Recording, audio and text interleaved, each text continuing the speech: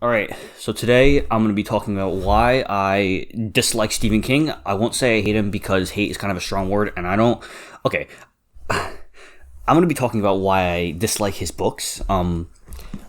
Like this, I don't dislike The Outsider. I mean, I've read a little bit of it, but yeah, I didn't really like it, and yeah. So the reason for that is the fact that listen, I really want to love Stephen King because I write like my stories are kind of similar in like plotting and stuff like that from what I've seen from King in the sense that like I like dark stories and I like psychological horror and King is known for that. Yet I can't make it through his books because the prose just kind of turns me off.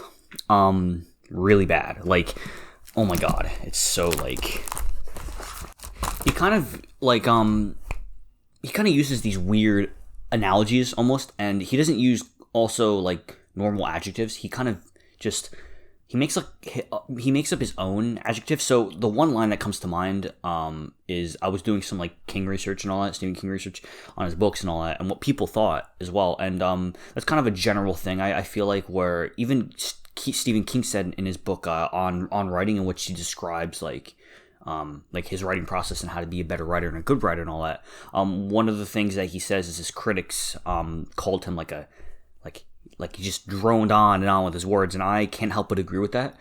But one of the examples that I found online is from a book that he wrote. I forgot what it's called, but the line kind of goes like this, and it's basically like and then it hit her, falling like presents from a poisoned pinata. The realization that Howie was dead.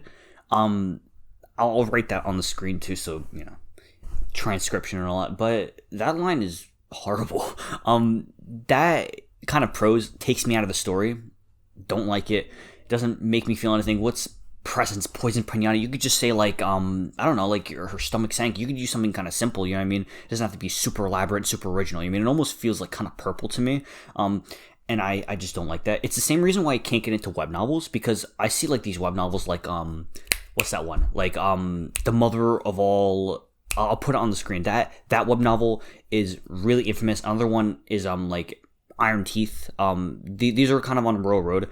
These are web novels that I really want to read because I'm interested to see, because everybody loves them and I want to see why they love them so I can enjoy them and I can become a better writer and a better storyteller. You know what I mean? Because you can always learn. But I can't get through it because even worse than King, their prose is usually not refined. Another one that comes to mind is Worm by I forgot his name. Worm is like a really big one. It has like over 2 million, 3 million words in total. But I can't get through it because the prose is just not good and it's not refined. And that's kind of how I feel with Stephen King. Obviously, Stephen King isn't like fucking like, you know, he isn't like he's pretty refined, you know what I mean? Stephen King's refined, but his word choice, his prose, style, don't like it. He's really good with characters. Like I was listening to The Stand, which was like 50 hours long. It's crazy. Characters are nice, but I think he harbors on them just a little bit too longer. This is probably just all me problems, but I kind of like just enough. And then like mostly story. Like I don't like long descriptions. I don't like unnecessary details unless it's like foreshadowing or adding the character up. Like, but like there's a certain point where like adding to the character like takes away from the story, because I want to know like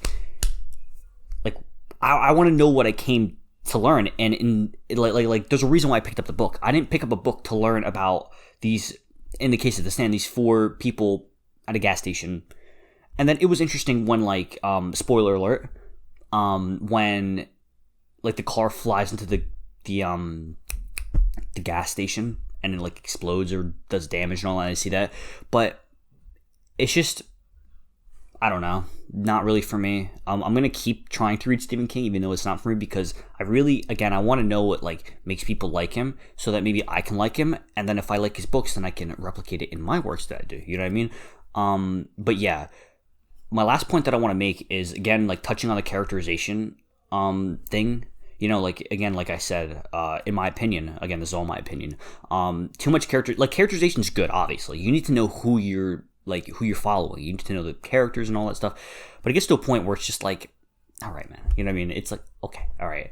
That can go with world building too. That can go with like almost anything. You know what I mean? one of the things that comes to mind is One Piece.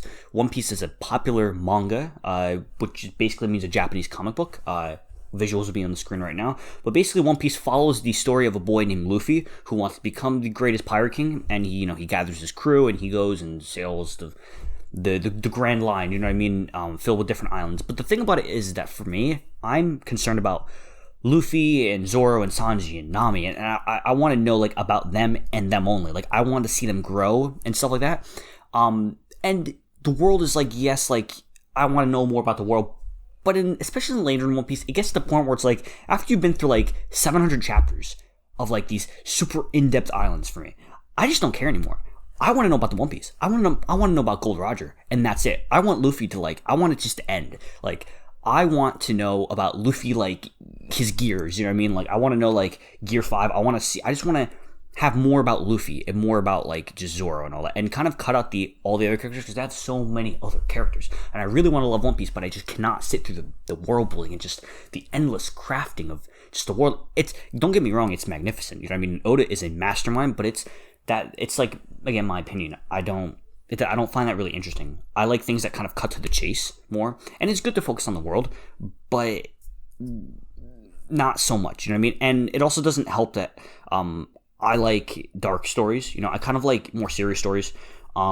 So I love One Piece's art style. Honestly, like when I draw like One Piece.